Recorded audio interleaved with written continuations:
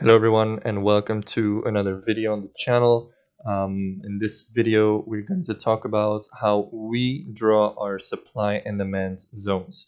Okay, so I've seen many different ways around the internet, okay, and lots of people they draw it a bit differently, these supply and demand zones, but in this video we're just going to show you how we personally draw them and what works for us. Okay, so maybe you can have some clearance on that. So anyways, when we see a zone or price level is validated for us where we see a lot of buying or selling happens, okay, and that area would be valid for us, then what we do is, well, you can use either the zone tool or you can use like horizontal rays or whatever. We use the magnet tool as well, and then basically what we do is we pick the low of the candle and then we also pick the open of the candle. Okay, so I've seen quite some people also use the highest point of the candle, but the thing is we don't do that because if not, the zone would be a bit too big in some cases. Like let's say for example, if this wick would be here, then this zone would be huge and it would be already part of the big part of the whole move.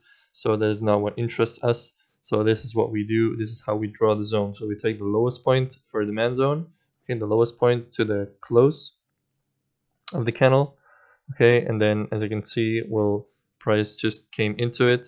Okay, this is a 15-minute chart, guys, keep in mind, just so it came in it, showed some nice rejection and then had a nice reaction to it. So this was a nice scalp. But anyways, I'm gonna show you some examples of a sell zone.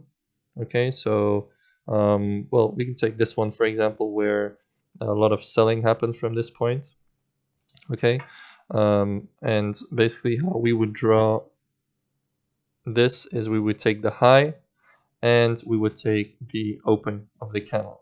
Okay, so this is the exact same way, but just the opposite, for a supply zone instead of for a demand zone. Okay, and well, here you can see it had multiple touches, but it didn't come in for a long time, and then actually again showed some reaction to it. So you could have made a nice scalp here as well. So basically, this is how we draw our supply and demand zones. There's not really much more to it. It doesn't really matter the time frame. Okay, we can be on the daily time frame or whatever, and we would draw them in the exact same way. Okay, so for example here we would take the highest point of this sell zone right here, and we would take the close of the candle. Okay, so this is basically how we do it. There's not much more to it. So yeah, this is just a quick video just showing how we draw these supply and demand zones. There's no more need to complicate them. Okay, so hope you liked this video. If you enjoyed it, just let us know in the comments down below. Also, if you have any questions, let us know, or send us a DM on Instagram. We'll always be more than glad to help you out. So hope you liked it, and we'll see you in the next video.